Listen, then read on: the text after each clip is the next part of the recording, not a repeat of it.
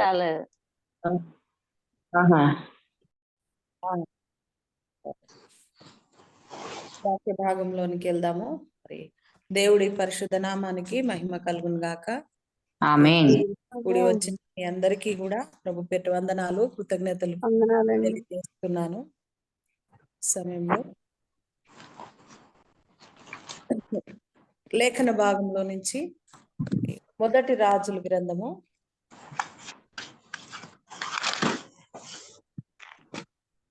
17వ అధ్యాయము 13 వచనాన్ని చదవండి. అప్పుడు ఏలియా ఆమెతో ఇట్లనెను, భయపడవద్దు, పోయి నీవు చెప్పినట్లు చేయుము. అయితే అందులో నాకొక చిన్న అప్పము మొదట వేసి నా యొద్దకు తీసుకుని రమ్ము. తరువాత నీకును నీ బిడ్డకును అప్పములు చేసుకొనుము. చాలు, ప్రార్థన చేసుకుందాం. కృపా కనికరములు కలిగిన గొప్ప తండ్రి, పరిశుద్ధ ఆత్మ డాడీ, నీ పాదాలు పట్టుకుంటూ ఉన్నాం. యేసయ్యా, యేసయ్యా, నువ్వు గొప్ప దేవుడవు, సజీవుడవు నా తండ్రి. నిన్న నేడు ఏకరీతిగా ఉన్నటువంటి నా దేవ, ఈ వాక్య లేఖన భాగం ద్వారా తండ్రి, నీ బిడ్డలతో నువ్వు ఏం మాట్లాడని ఉన్నావు, సూటిగా తేటగా స్పష్టంగా మాట్లాడమని, నీ దాసురాల నోటికి బుర్రగా ఉండి అయ్యా మీరు మాత్రమే మాట్లాడము. యేసు నామములో అడుచున్నాను తండ్రి, ఆమేన్. దేవుడి పరిశుద్ధ నామానికి మహిమ కలుగును గాక. ఆమేన్. అందరికీ కూడా ప్రభు పేట వందనాలు, కృతజ్ఞతలు మరొకసారి తెలియజేస్తున్నాను. లేఖన భాగంలో మనం చూసినట్లయితే అందరికీ కూడా ఈ యొక్క లేఖన భాగము సుపరిచితమైనటువంటి లేఖన భాగమే. కానీ దేవుడు ఒక నూతనంగా కొత్తగా మనతో ఈరోజు మాట్లాడుతూ ఉన్నాడు. కొత్తదనాన్ని ఎన్నోసార్లు బైబిల్ వాక్యాలను మనం చదువుతూ ఉంటాము, తెలిసిన వాక్య భాగాలే అయినప్పటికీ దేవుడు ఒక నూతనమైనటువంటి మాటలు మనతో నూతనంగా కొత్తగా మాట్లాడుతూ ఉంటాడు. దేవుడు మాట్లాడితే మన జీవితంలో ఎన్నో అద్భుతాలు, దేవుడు మాట్లాడితే ఎన్నో కార్యాలు జరుగుతాయి. అయితే ఇక్కడ ఏలియా మరి సారెపాతు ఉన్నటువంటి విధవరాలతో మాట్లాడుతున్నటువంటి మాట. అప్పుడు ఏలియా ఆమెతో ఇట్లా నేను ఏమన్నాడంటే భయపడవద్దు అన్నాడు. అక్కడ ఉన్నటువంటి మొదటి పాయింట్ భయపడవద్దు అన్నాడు. అంటే మన జీవితంలో భయాలు, అనేక రకమైనటువంటి భయాలు చుట్టుముడతాయి మన జీవితంలో. రకరకాలు, ఒక్కొక్కరికి ఒక్కొక్క భయం. ఈ వ్యాధి పోదేమో, ఈ వ్యాధి నా ప్రాణం తీస్తుందేమో అని కొన్నిసార్లు భయపడుతూ ఉంటాం. ఈ ఆర్థిక పరిస్థితులు పోవేమో, దీనివల్ల నా ప్రాణాలు పోతాయేమో, ఇలాంటి భయము. లేకుంటే ఆహారం తినడానికి లేదు, మరి ఇప్పుడు మన పరిస్థితులు ఏంటి అనేటటువంటి ఇలాంటి భయం. అయితే మరి ఇలాంటి భయంలోనే ఉన్నటువంటి సారెపాతు విధవరాలితోటి దేవుడు మాట్లాడుతున్నటువంటి మాట ఏంటంటే భయపడవద్దు. ఈరోజు మనతో కూడా దేవుడు మాట్లాడుతున్నాడు. ఏంటంటే ఎలాంటి సిచ్యువేషన్ లో నువ్వు ఉన్నప్పటికీ, నీ పరిస్థితి ఏమైనప్పటికీ, అందుకనే యెషయా గ్రంథంలో కూడా అంటాడు, నీవు నా దాసుడవని నేను ఉపేక్షించి నేను పేరు పెట్టి పిలిచినాను, భయపడవద్దు అంటాడు. పేరు పెట్టి పిలిచినాను నేను. అనేక కోటాను కోట్ల ప్రజల్లో దేవుడు మనల్ని పేరు పెట్టి పిలుచుకున్నాడు. కాబట్టి మనము భయపడాల్సిన అవసరం లేదని ప్రభు 300 సార్లు బైబిల్లో రాయించాడు. 300 సార్లు బైబిల్లో ఉంది భయపడవద్దు, భయపడవద్దు, భయపడవద్దని. కానీ భయము ఆటోమేటిక్ గా వస్తుంది మన జీవితాల్లో. అయితే అప్పుడు మనం దేవుని వాక్యాన్ని చదివినప్పుడు మరి దేవుడు మనతో మాట్లాడుతున్న మాట ఇది ఏంటంటే భయపడవద్దు. మొట్టమొదటి మాట భయపడవద్దు. ఎందుకు భయపడింది సారెపాతు విధవరాలంటే, అక్కడ ఉన్నటువంటి సిచ్యువేషన్ బట్టి చూస్తే 3.5 సంవత్సరాలు కరువు రాబోతుంది. కరువు వచ్చింది ఆల్రెడీ. దాని తర్వాత అక్కడ కొంచెము పిండి ఉంది, తర్వాత బుడ్డిలో కొంచెమే నూనె ఉంది. ఎవరికైనా పరిస్థితి ఏమనిపిస్తుంది, చాలా భయంకరంగా 3.5 సంవత్సరాలు దీంతో గడపాలంటే ఎంత కష్టం అవుతుందో అని ఆమె భయపడతా ఉంది. ఫస్ట్ ఏలియా గారు కూడా భయపడ్డారు. కెరీతు వాగు ఎండిపోయినప్పుడు అక్కడ మరి కాకోలము ఆయనకు రొట్టె ముక్కలు, మాంసం ముక్కలు, మంచిగా సమృద్ధిగా నీరు అన్ని దొరికినాయి. కానీ ఆ వాగు ఆటోమేటిక్ గా ఎండిపోయినప్పుడు మరి ఏలియా కూడా ఏంటిది నా పరిస్థితి ప్రభు అని ప్రార్థన చేయొచ్చు, భయపడవచ్చు. కానీ దేవుడు అన్నాడు, నువ్వు సారెపాతు అనే గ్రామానికి వెళ్ళు, నేను వెళ్ళమన్న చోటికి నువ్వు వెళ్ళుమని ప్రభు చెప్పినట్టుగా వింటున్నాము ప్రియమైన దేవుని బిడ్డలారా. అందుకనే మరి అతను కూడా మరి భయపడవచ్చు, కానీ అతను భయపడినట్టుగా ఏది జరగలేదు, కానీ దేవుడు అతని భయములన్నిట్లో నుంచి అతన్ని తప్పించి ఆయన ద్వారా మరి విధవరాలని పోషించాడు. తర్వాత ఆ తను కూడా 3.5 సంవత్సరాల కరువులో పోషించబడ్డాడు. అంటే భయపడవద్దని అభయం ఇచ్చేటటువంటి దేవుడు. మన అంశం ఈ రోజు ఏంటంటే అభయం ఇచ్చేటటువంటి దేవుడు. అభయం ఇచ్చేటటువంటి దేవుడు. అభయం ఇవ్వడం అంటే మాట ఇచ్చిందంటే మాట తప్పనటువంటి దేవుడు యేసయ్య. అభయం ఇచ్చాడు ఏమని? భయపడవద్దు. ఏ సిచ్యువేషన్ లో నువ్వు ఉన్నా గాని, అవునా, ఏ సిచ్యువేషన్ లో ఉన్న వాక్య లేఖనాలు ఎన్నో మనం చూడొచ్చు. కుడి పక్కన 1000 మంది పడినను, నీ ఎడమ పక్కన 10,000 మంది కూలినను అపాయము నీ యొద్దకు రాదు, రానే రాదు. నువ్వు భయపడొద్దు. భయం అనేది నీ జీవితంలో రానియకు దేవుని బిడ్డ. ఈ రోజు దేవుడు మనతోటి స్పష్టంగా మాట్లాడుతున్నాడు. మొట్టమొదటిగా ఆమెతో దేవుడు మాట్లాడిన మాట సారెపాతు విధవరాలతోటి దైవజనుడి ద్వారా మాట్లాడాడు. ఏమని మాట్లాడాడంటే భయపడవద్దు, భయపడవద్దు. మనం కూడా అనేక రకాలైనటువంటి భయాలు మన జీవితంలో కలిగినప్పుడు దేవుని తట్టు చూడాలి. దేవుని తట్టు చూసినప్పుడు ఆ భయాలన్నిట్లో నుంచి ఆయన మనల్ని తప్పిస్తాడు. ప్రియమైన దేవుని బిడ్డలారా, ఈ యొక్క వాక్య లేఖన భాగంలో మొట్టమొదటిది ఏంటంటే భయపడొద్దు. ఏ సిచ్యువేషన్ లో మనం ఉన్నా కూడా, ఏ స్థితిలో ఉన్నా కూడా భయము మన దరికి రాకుండా చూసుకోవాలి. ఎందుకంటే పిరికి ఆత్మను దేవుడు మనకి ఇవ్వలేదు, కానీ దత్తపుత్రాత్మను మనకు అనుగ్రహించాడు. ఎవరికి దాసులు కావడానికి దేవుడు మనల్ని పిలవలేదు, కానీ మరి మనుషులకు దాసులు కావద్దు, దేవుడికే దాసుడిగా మనం దాసురాలుగా ఉండాలని ప్రభు ఆశపడుతున్నాడు. కాబట్టి మన డాడీ ఉన్నాడు కాబట్టి మనం ఎప్పుడు కూడా భయపడకూడదు. ఒక చిన్న బిడ్డ తల్లి తండ్రితో ఉన్నప్పుడు ఎంతో కాన్ఫిడెంట్ గా మా తల్లిదండ్రులు ఉన్నారు, నాకు ఏది జరిగినా వాళ్ళు చూసుకుంటారని ఎంత ధైర్యంగా ఉంటుందో, మనం కూడా మన పరలోకపు తండ్రి అయిన యేసయ్య ఉన్నాడు అని చెప్పి మనకు భయం లేకుండా, ఎలాంటి భయము లేకుండా ఆయన పాదాల దగ్గర ఉండడము, ఆయనకు అన్ని విషయాలు ఆయనతో మాట్లాడడము మనము నేర్చుకోవాలి. తర్వాత ఆయన ఒక మాట అన్నాడు. దాని తర్వాత చదవండి, భయపడవద్దు అన్న తర్వాత. భయపడవద్దు, పోయి నీవు చెప్పినట్లు చేయుము. అయితే అందులో నాకు ఒక చిన్న అప్పము మొదట చేసి నా యొద్దకు తీసుకుని రమ్ము. మొదట ఒక చిన్న అప్పము తీసుకొని రమ్ము. దీని యొక్క ఆత్మీయ మర్మము, దేవుడు మనతో ఈరోజు మాట్లాడుతున్నటువంటి ఆత్మీయ మర్మం ఏంటంటే, మొదటి స్థానము దేవుడికి ఇవ్వాలి. నువ్వు ఏ స్థితిలో ఉన్నా కూడా, ఏ పరిస్థితిలో ఉన్నా కూడా. అంటే నేను కొంతమంది ఒక రకంగా దీన్ని ఎన్నో రకాలుగా చెప్పొచ్చు ఈ వాక్యాన్ని. దశమ భాగం ఇచ్చే విషయంలో అనుకుంటారు, దశమ భాగం ఇచ్చే విషయంలోనా, లేకపోతే దేవునికి ఇచ్చే విషయంలో మాట్లాడుతున్నారు అనుకుంటున్నారు. నీ డబ్బు గాని, నీ ఆస్తిపాస్తులు గాని, నీదేది కూడా ప్రభు ఆశపడట్లేదు, గాని నువ్వు ఉన్న స్థితిలో మొదటి స్థానము దేవుడికి ఇవ్వాలి.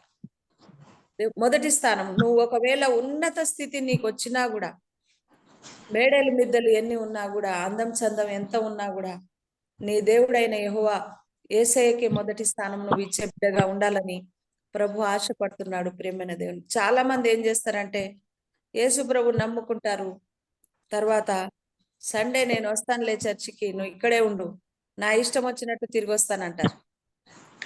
ఆయన అందరికీ మొదటి స్థానం ఇస్తారు.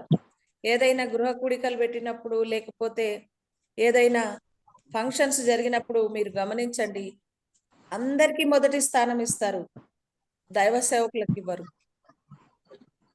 దైవ సేవకులుగా వాక్యం నడిపించాలి, వాళ్ళకు చేయాల్సిన కార్యక్రమాలన్నీ చేయాలి, కానీ దైవ సేవకుడు వాళ్ళు వచ్చి ఆయనను కలుసుకున్న దాకా అలాగే వెయిటింగ్ చేయాలి.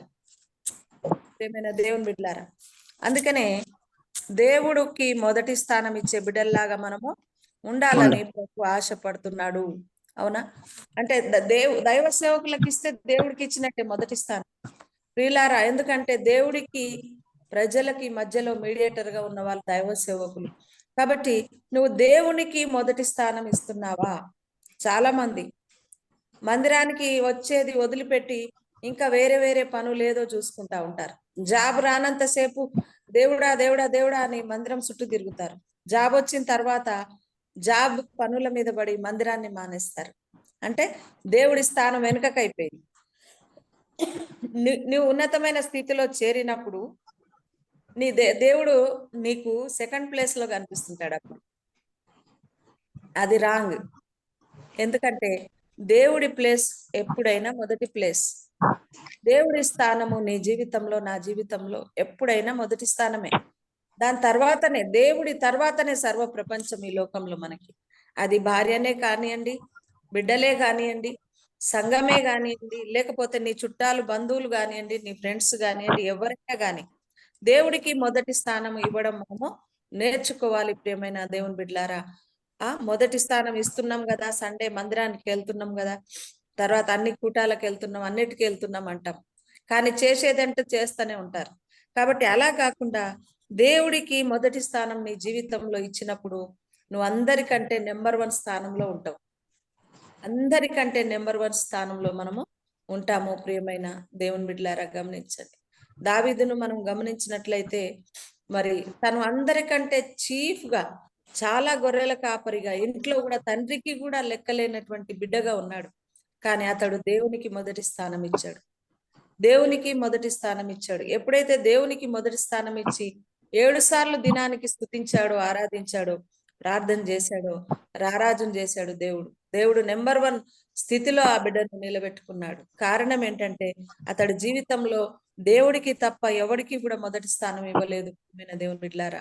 అందుకనే ఈ సారెపాతు విధవరాలతోటి దైవ సేవకుడైన ఏలియా గారు మాట్లాడుతున్న మాట ఏంటంటే, మొదట నా యొద్దకు తీసుకొని రా, అప్పము చేసి మొదట నా యొద్దకు తీసుకొని రా. నెంబర్ 1 స్థానం, మొదటి స్థానం ప్రభువుకి ఇచ్చే బిడ్డలుగా మన జీవితంలో ఉండాలి. ఇప్పుడు కాదు, ఎప్పటికీ, చచ్చిపోయేంత వరకు, మనము మట్టికి మన్నుగా మారేంత వరకు మన మొదటి స్థానము దేవుని ప్రియులారా. జ్ఞాపకం చేసుకోండి, ఎవ్వరికి ఇవ్వాల్సిన అవసరము లేదు. దైవ కార్యాలు వదిలిపెట్టి వేరే వేరే పనులకు ఇంపార్టెంట్ ఇవ్వాల్సిన అవసరము లేదు. ఒకవేళ సండే రోజు, ఒకవేళ ఉదాహరణ చెప్తున్నా, సండే రోజు ఎవరైనా మ్యారేజ్ పెట్టుకున్నారనుకోండి, అది ఇంపార్టెంట్. బంధువులు కానివ్వండి, వాళ్ళ చుట్టాలు కానివ్వండి, ఎవరైనా కానివ్వండి, నీకెంతో మాట వస్తుందన్న పరిస్థితులు అక్కడ ఏర్పడ్డా కూడా ఆరాధన తర్వాతనే, సండే ఆరాధన తర్వాతనే నువ్వు అక్కడికి వెళ్ళడానికి ప్రయత్నం చేయాలి. ఎందుకంటే మొదటి స్థానం ఎవరిది? దేవుడిది. కాబట్టి మొదటి దేవుణ్ణి ఆరాధించు, స్తుతించు, తర్వాత వివాహానికి వెళ్ళు, తర్వాత వేరే కార్యక్రమాలకు వెళ్ళు. మరి అలాంటి మరి జ్ఞానము కలిగి మనం జీవించాలి ప్రియులారా. అది నేను చెప్పడం మాత్రమే కాదు, చేసి చూపించాను. నా జీవితంలో కూడా ఎన్నో జరిగినాయి అలాంటి ఆటంకాలు. సండే రోజే నా సహోదరి చనిపోయింది. మొన్ననే ఒక 6 నెలలు అవుతుంది, 6-7 నెలలు అవుతుంది. సండే రోజే చనిపోయింది. ఎర్లీ మార్నింగ్ కబురు వచ్చింది.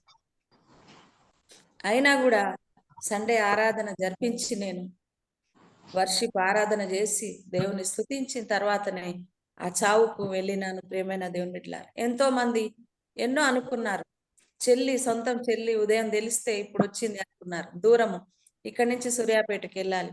కారులో వెళ్ళినా కూడా 3 గంటల ప్రయాణం, 2:30-3 గంటలు పట్టింది. ఇప్పుడు వచ్చిందని అనుకున్న వాళ్ళు అనుకున్నారు. కానీ మరి నా దేవుణ్ణి స్తుతించకుండా నేను ఏ కార్యం కూడా చేయను. కాబట్టి మొదటి స్థానము దేవుడికి ఇవ్వడము నేను నేర్చుకున్నాను. మరి ఇంకా అలాంటి క్లిష్ట పరిస్థితులు ఎన్ని వచ్చినా కూడా మన దేవుడికే మనం మొదటి ప్రిఫరెన్స్ ఇవ్వాలి. ఆరాధన, దేవుణ్ణి స్తుతించడము, దైవ కార్యాలలో మొదటగా మనం ఉండాలని ప్రభు ఆశపడుతున్నాడు ప్రియమైన దేవుని బిడ్డలారా. స్టార్టింగ్ లో చాలా మంటగా, చాలా ఉజ్జీవంగా దేవుని నమ్ముకున్న కొత్తలో అందరూ ప్రభును ఆరాధిస్తారు, స్తుతిస్తారు, బాగా మందిరానికి వస్తారు. తర్వాత బాగా అన్ని కోరికలు తీరిపోయి అన్నిట్లో మంచిగా ఉన్న తర్వాత ప్రభువును పక్కకు పెట్టేస్తారు. నువ్వు ఇక్కడే ఉండు, నేను వస్తాను అన్నట్టుగా పక్కకు పెట్టేసి వాళ్ళ సొంత పనుల్లో మునిగి తేలుతా ఉంటారు. అది కానే కాదు ప్రియమైన దేవుని బిడ్డలారా. నువ్వు ఏ స్థితిలో ఉన్నా, నీ పరిస్థితులు ఏమై ఉన్నా దేవుని స్తుతిస్తా ఉండాలి. దేవుని ఆరాధించినప్పుడు, ఆయనకు మొదటి స్థానం ఇచ్చినప్పుడు అద్భుత కార్యాలు దేవుడు మన జీవితంలో జరిగిస్తాడు ప్రియులారా. మూడో పాయింట్ మనం దీని ద్వారా నేర్చుకోవాల్సింది ఏంటంటే, అక్కడ ఇదే వాక్యంలో మనం చూస్తే తన దగ్గర ఉన్నటువంటి ఆ కొద్దిగా పిండి బుడ్డిలో కొద్దిగా నూనె ఉందని ఆమె చెప్పింది కదా, అదే దేవుని ముందు పెట్టింది. దైవ సేవకుల ముందు పెట్టు. నీ జీవితంలో కూడా ఏమీ లేదు, నాకేమీ లేదు, నేనున్న స్థితి కొద్దినే అని నువ్వు నేను అనుకుంటున్నామేమో. ఒకవేళ ప్రియులారా, ఏ స్థితిలో ఉన్నా ఆ స్థితిని దేవుని ముందు పెట్టు, దాన్ని మంచి పరిస్థితిగా దేవుడు మారుస్తాడు. చూడండి, ఆమె ఊహించలేదు. ఆమె అనుకున్నది ఏంటంటే, ఇది తిని చచ్చిపోతానే అనుకున్నది. సావకు ముందుకే చేసుకొని తినాలయ్యా అని దైవ సేవకుడితో చెప్తుంది.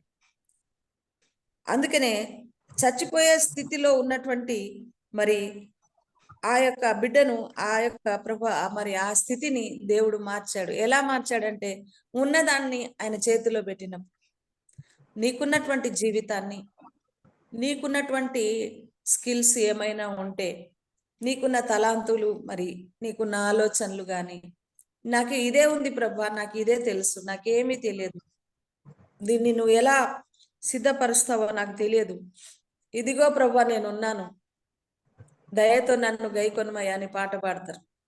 ఇదిగో నేనున్నానంటే వట్టి చేతులతో నువ్వు వచ్చినా కూడా సమృద్ధిగా నిన్ను ఆశీర్వదించేటటువంటి దేవుడు. దేవుని దగ్గరికి నువ్వు వచ్చినప్పుడు మరి నీ దగ్గర ఏమున్నదో అదే ఆయన ముందు పెట్టాలి, పెట్టడం నేర్చుకోవాలి. చాలా మంది అంటారు, నేను అది లేదు, నాకు ఇది లేదు, అది ఉంటే బాగుండు, ఇది ఉంటే బాగుండు, నా చదువు తక్కువ, నా జ్ఞానం తక్కువ, నా ఆలోచన తక్కువ, నా ఆస్తిపాస్తులు తక్కువ అని అంటారు. కానీ ఏమీ కూడా ప్రభు కోరుకోవట్లేడు ప్రియులారా. అవునా? మనుషులైతే అవన్నీ కోరుకుంటారు. ఏమేం క్వాలిఫికేషన్, ఒక జాబ్కి వెళ్తే, ఒక ఉద్యోగానికి వెళ్తే నీ సర్టిఫికెట్స్ అన్ని వెరిఫికేషన్ చేస్తారు, నువ్వేమేం చదువుకున్నావు అని అడుగుతారు. అవునా? మెడికల్ సర్టిఫికెట్తో సహా చూస్తారు, మెడికల్ చెకప్ కూడా చేస్తారు. కానీ దేవుని దగ్గరికి వస్తే అవన్నీ ఏమీ లేవు ప్రియులారా. నువ్వు ఉన్నావు, నువ్వు ఏ స్థితిలో ఉన్నావు. కుష్ఠరోగిని కూడా ముట్టి స్వస్థపరిచినటువంటి దేవుడు. మరి భయంకరమైనటువంటి ఆర్థిక పరిస్థితుల్లో ఉన్నవారు, మరి అప్పుల వాళ్ళు వచ్చి తన కొడుకులను పట్టుకుపోవడానికి వచ్చినప్పుడు, ప్రవక్త శిష్యులలో ఒక స్త్రీని మనం చూసినప్పుడు, పట్టుకుపోవడానికి వచ్చినప్పుడు వారిని జీవితాంతం ఉన్న నూనెను ఆశీర్వదించి, కొద్దిగా నూనె ఉంది, ఏముందని దైవ సేవకుడు అడిగినప్పుడు, అయ్యా నా ఇంట్లో ఏం లేదయ్యా, కొద్దిగా నూనె ఉంది అంటే, అదే ఇక్కడికి తీసుకురా అని చెప్పి ప్రార్థన చేసి దాన్ని ఆశీర్వదించినప్పుడు దేవుడు ఎన్నో పాత్రలు నిండినై ప్రియమైన దేవుని బిడ్డలారా. కాబట్టి మనము ఉన్న దాన్ని దేవుని చేతిలో పెట్టడం నేర్చుకోవాలి ముందుగా. అది నీ యొక్క తెలివితేటలతోటి కాబట్టి, లేకపోతే ఇది తిని నేను చచ్చిపోతే ఎట్లా, ఇంకా నాకు ఎక్కడి నుంచి వస్తుంది అనే ఆలోచన మరి చేయలేదు ఆ స్త్రీ. అక్కడ మనం గమనిస్తే విధవరాలు దేవుడి దైవ సేవకుడి మాటకు లోబడింది. ఆమె చేసినటువంటి మొట్టమొదటి హైలైట్ అయిన పని అదే. ముందు పోయి నువ్వు తీసుకొని రా అంతే. మొదటి అప్పం అంటే మొదటి స్థానం ఇచ్చింది, తర్వాత ఉన్నదాన్ని ఆయన చేతిలో పెట్టింది. ఉన్న స్థితిని మొత్తం, ఉన్న పరిస్థితిని ఆయన చేతిలో పెట్టినప్పుడు దేవుడు దాన్ని 3.5 సంవత్సరాలు ఆశీర్వదించాడు. 3.5 సంవత్సరాల కరువులో అందరూ కూడా బాధపడొచ్చు, కానీ ఆ బిడ్డ దేవునికి ఇచ్చి దేవుని చేతిలో పెట్టి తన జీవితాన్ని బాధపడలేదు. ప్రియులారా, మనం కూడా మన విలువైనటువంటి జీవితం ఒకే ఒకసారి జన్మిస్తాం. మనం 2 సార్లు జన్మిస్తాము, ఆత్మపరంగా ఒకసారి, శరీరపరంగా ఒకసారి. ఒకసారి మరణించామంటే మరో జన్మ లేదు మనకి. అన్యులు అంటుంటారు కాకి రూపంలోనో కుక్క రూపంలోనో పుడతారని. అవన్నీ ట్రాష్, అదంతా అబద్ధం. ఒకటే జన్మ, ఒకటే మరణం మానవునికి, మళ్ళీ పుట్టడము కాదు. కానీ ఆ విలువైనటువంటి జీవితాన్ని యేసయ్య పాదాల దగ్గర పెడితే దాన్ని దేవుడు ఎంతగానో ఆశీర్వదిస్తాడు. ఉన్న స్థితినే, నీకు లేని దాని గురించి ఎప్పుడు ఆలోచించకు. నీకు లేని దాని గురించి నాకు అది లేదు, ఇది లేదు, ఏది లేదని ఆలోచించకు. నీకున్న స్థితిని. ఒక దైవ సేవకుడు, మా ఆత్మీయ తండ్రి గారు నాతో ఒక మాట అన్నారు. చాలా నేను బాధాకరమైన సిచ్యువేషన్లో ఉన్నప్పుడు, బిజినెస్లో నష్టపోయి దాదాపు 40-50 లక్షల ఆస్తులు పోగొట్టుకొని ఏమీ లేని స్థితిలో నేనున్నప్పుడు ఇలా జరిగింది అయ్యగారని నేను ఏడుస్తా బాధపడి చెప్పినప్పుడు ఆయన ఒకటే మాట అన్నారు. ఏమీ లేకుంటే ఏమి, మీరు 4 ఉన్నారు కుటుంబ సభ్యులు, నీ బిడ్డలు 2, మీరిద్దరు, 4 ఉన్నారు. 4 కలిసి దేవుణ్ణి మహిమపరచండి, దేవుడు మళ్ళీ పోగొట్టుకునే అన్ని మీరు మళ్ళీ ఇస్తాడని ధైర్యం ఇచ్చి. నిజమే ప్రియులారా, నేను అదే అనుకున్నాను. ఈ లోక సంబంధమైనవి ఏవి నా దగ్గర లేకపోవచ్చు, కానీ నా ఆస్తి యేసయ్య ఉన్నాడు, నా ప్రాపర్టీ పెద్ద ఆస్తి యేసు ప్రభు ఉన్నాడని ఈ రోజు వరకు అదే నిర్ణయంతో ఆ మాట మీదనే నేను ధైర్యం తెచ్చుకొని బ్రతుకుతా ఉన్నాను ప్రియమైన దేవుని బిడ్డలారా. అందుకనే ఏమీ లేని స్థితిలో నేను ఉండొచ్చు ప్రియమైన సహోదరి సహోదరులారా. కానీ ఉన్న స్థితిని ఆయన చేతిలో పెడితే దాన్ని ఎలా ఆశీర్వాదకరంగా మలచాలో, దాన్ని ఎలా బ్లెస్ చేయాలో ఆయనకి తెలుసు కాబట్టి తప్పకుండా ఆయన మనల్ని ఆశీర్వదిస్తాడు ప్రియమైన దేవుని బిడ్డలారా. ఈ యొక్క వాక్య లేఖనం ద్వారా 3 మరి పాయింట్స్ మనం నేర్చుకున్నాం. మొట్టమొదటిది ఏంటంటే చెప్పండి, మొట్టమొదటిది పడవద్దు. భయపడవద్దు. ఏ స్థితిలో ఉండని గాక, ఎంత పెద్ద భయంకరమైన సిచ్యువేషన్ రాని మన జీవితంలో భయపడవద్దు. రెండోది మొదటి స్థానం దేవుడికి ఇస్తే అద్భుత మొదటి స్థానం. కార్యం చేస్తాడు. Very good. మొదటి స్థానము దేవుడికి ఇవ్వాలి. ఎవడైనా రాని, కలెక్టర్ గాని, మినిస్టర్ గాని, ముఖ్యమంత్రి గాని, దేశాన్ని ఏలేటటువంటి రాష్ట్రపతి గాని, ఎవడైనా రాని గాక మన జీవితంలో ఎవ్వరికి మొదటి స్థానం లేదండి. యేసయ్యకే మన జీవితంలో మొదటి స్థానం. నా దేవుడే రారాజు అని ఎప్పుడైతే నువ్వు అనుకుంటావో నువ్వు అద్భుతంగా దీవించబడతావు. మూడోది ఏ స్థితిలో ఉన్నా దేవుడికి మన స్థితిలో ఉన్నది. మంచి స్థితికి చేరుస్తాడు. ఏ స్థితిలో ఉన్నది ఆయన చేతిలో పెట్టాలి. నీ జీవితాన్ని ఆయన చేతులు. ఇదిగో నేను ఉన్నానయ్యా, దయతో నన్ను గైకొనుమయ్యా అనేటటువంటి మాట జ్ఞాపకం చేసుకోవాలి. ఇదిగో నేను ఉన్నానయ్యా, నేనున్నాను అంతే, ఏమీ లేదు నా దగ్గర, నేనున్నాను, నన్ను వాడుకో. నా జీవితంలో ఎలా మలవాలనుకుంటున్నావో, ఎలా దీన్ని ఆశీర్వదించాలనుకుంటున్నావు. అవునా, 5 రొట్టెలు 2 చేపలు 5,000 మందికి ఆహారంగా చేసిన దేవుడు, శూన్యంలో సృష్టిని చేసినటువంటి దేవుడు, ఏమీ లేదు, భూమి అగాధంలో ఉన్నప్పుడు, చీకటి ఈ ప్రపంచమంతా కమ్ముకున్నప్పుడు ఒక మాట సెలవిస్తే సృష్టి కలిగింది. ప్రియులారా, నీ జీవితంలో ఏమీ లేదని ఈరోజు బాధపడుతున్నావా? దేవుడు గనుక ఒక్క మాట సెలవిస్తే, నీ జీవితాన్ని ఆయన చేతిలో పెడితే, ఉన్నదాన్ని ఆయన చేతిలో పెడితే అద్భుతంగా దేవుడు దాన్ని మలుస్తాడు, ఆశ్చర్య కార్యాలు చేస్తాడు. ఇటు వాక్యము దేవుడు మన జీవితంలో ఫలింపజేయను గాక. ఆమేన్. అందరికీ వందనాలు. సమయం ఇచ్చిన అమ్మగారికి వందనాలు.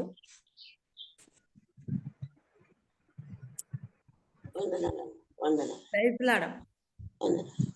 వందనాలు. అమ్మగారు ప్రార్థన చేస్తారు. గ్రేస్ అమ్మగారు. అమ్మా ప్రైజ్ లార్డ్. వందనాలండి. వందనాలు. ఎలా ఉన్నారు? బాగున్నారు అమ్మగారు? బాగున్నా.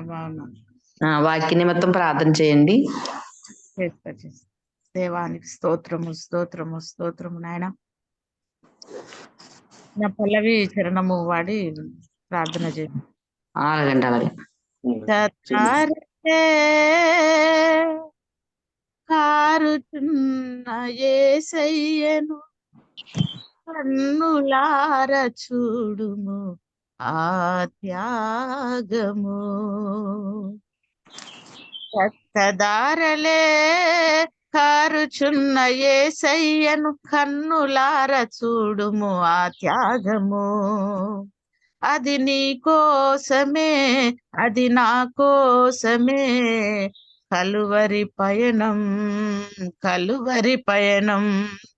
రక్తధారలే కరుణామయుడు కనికర సంపన్నుని కాళ్ళలో శీలలు దిగబడినవి. నోటి మాటతో స్వస్థతనిచ్చే ప్రభువుకు చేదు చిరకను అందించిరి.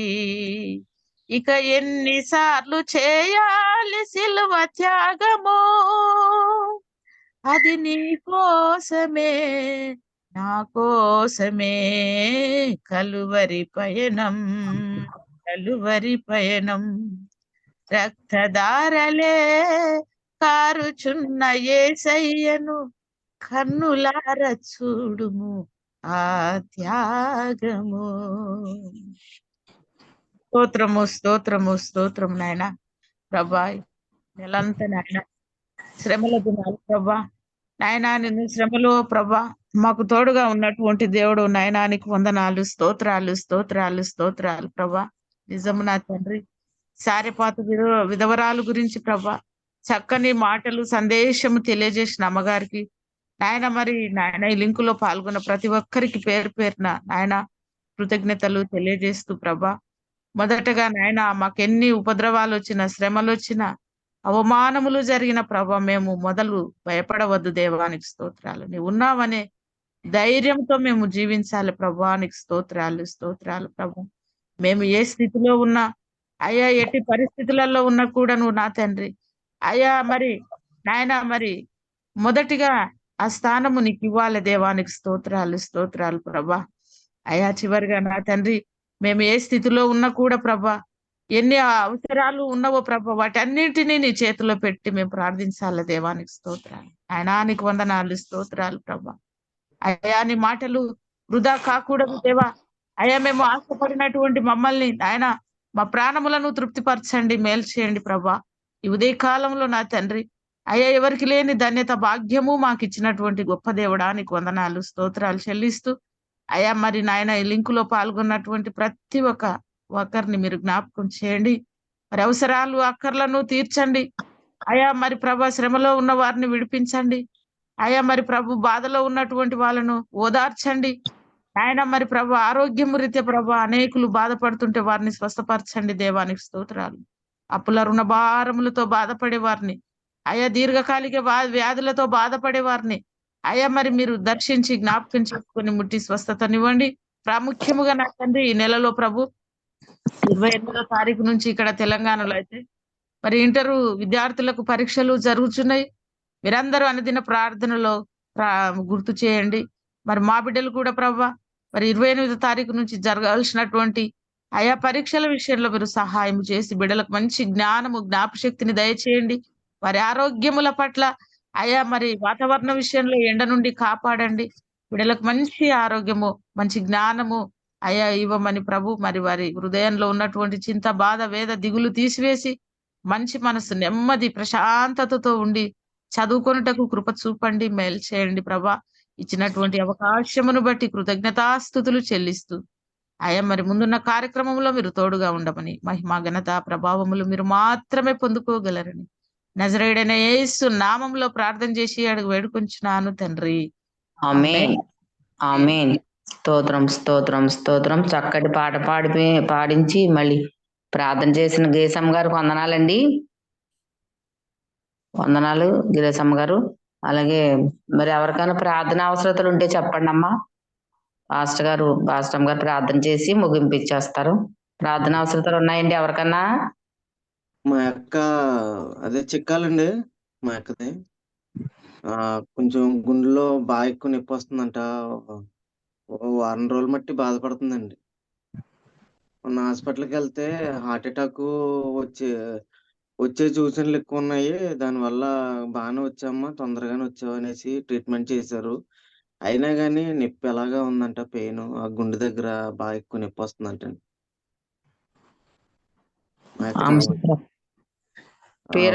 కొంచెం ఆరోగ్యం. లక్ష్మి అండి పేరు. చెప్పమ్మా సరోజిని, చెప్పమ్మా. చిన్న పాపకే తలనొప్పి ఎక్కువగా ఉందంటండి. తలనొప్పి వస్తుంది బాగానే బాధపడుతుందండి. పాస్టర్ గారు భయపడద్దని వాక్యం ద్వారా బలపరిచారండి. వాళ్ళ కొంచెం ఆ భయం గురించి ప్రార్థన కొంచెం పెట్టమనండి, తెలుసు కదండి. సరోజిని గారు చిన్న కుమార్తెకి తలపోటుగా ఉందంటండి, ప్రార్థనలో పెట్టండి. అలాగే మా ఆయన గారికి ఏం తిన్నా గ్యాస్ గ్యాస్ గ్యాస్ నొప్పి అని బాధపడుతున్నారండి. గ్యాస్ నొప్పి లేకుండా ప్రార్థన చేయండి అమ్మగారు. ఇంకెవరికైనా ఉన్నాయమ్మా ప్రార్థన అవసరతలు? అయమావతి గారు వ్యాపార విషయంలో కూడా ప్రార్థన అయమావతి గారు వ్యాపార విషయంలో కూడా ప్రార్థన చేయండి అమ్మా. వ్యాపారం అభివృద్ధి పొందాలని ప్రార్థన చేయండి. సరే.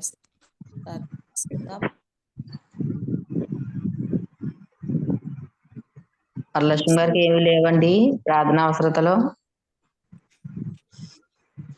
వరలక్ష్మి గారు ప్రార్థన. అదేండి మనోడికి మాటల వరకు వెళ్తున్నాయి, ఎన్ని సంబంధాలు ఉండి వాళ్ళకి వీళ్ళకి నచ్చుతుంది, తర్వాత మరి తప్పిపోతుంది. మరి ఏంటో తెలియట్లేదు, చాలా బాధ అనిపించింది. వరలక్ష్మి గారు మనోడి విషయంలో కూడా ప్రార్థనలు పెట్టండి అమ్మా. మరి సంబంధాలు వస్తున్నాయి కానీ మరి ఇద్దరికి మరి ఎందు నిమిత్తమో సెట్ అవ్వట్లేదండి. మరి వచ్చిన సంబంధం సెట్ అయ్యేలాగా ప్రార్థనలు పెట్టండి అమ్మగారు. ఓకే, ప్రార్థన చేసుకుందాం. కృపా కనికరములు కలిగిన గొప్ప తండ్రి, పరిశుద్ధాత్మదేవ, నీ పాదాలకు వందనాలు స్తోత్రాలు చెల్లిస్తున్నాం యేసయ్య. ఇంతవరకు నాయన మీరు మాట్లాడిన ప్రతి మాటను బట్టి వందనాలు. తండ్రి, ప్రత్యేకించి సంధ్య అమ్మగారిని బట్టి, తనకిచ్చిన భర్తను బట్టి నిన్ను స్తుతిస్తున్నాను అయ్యా. మరి అయ్యగారికి ఉన్నటువంటి ఆ గ్యాస్ నొప్పిని యేసు నామంలో మీరు ముట్టండి, స్వస్థపరచండి అయ్యా. పూర్తి సంపూర్ణమైన ఆరోగ్యం మా బిడ్డకి దయచేయండి. అదే విధంగా నా తండ్రి, సరోజిని వాళ్ళ చిన్న కుమార్తెను ముట్టండి, తలనొప్పికి బాధపడండి, ఆరోగ్యం దయచేయండి, బలపరచమని అడుగుతున్నాను యేసయ్య. నీ పాదాలకు వందనాలు.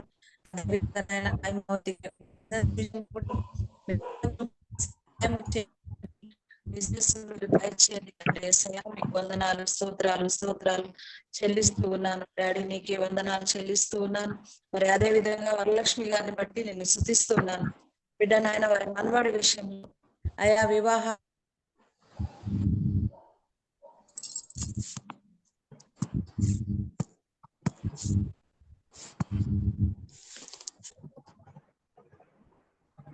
Network problem and voice cut అయిపోయింది. సిగ్నల్ లేవండి.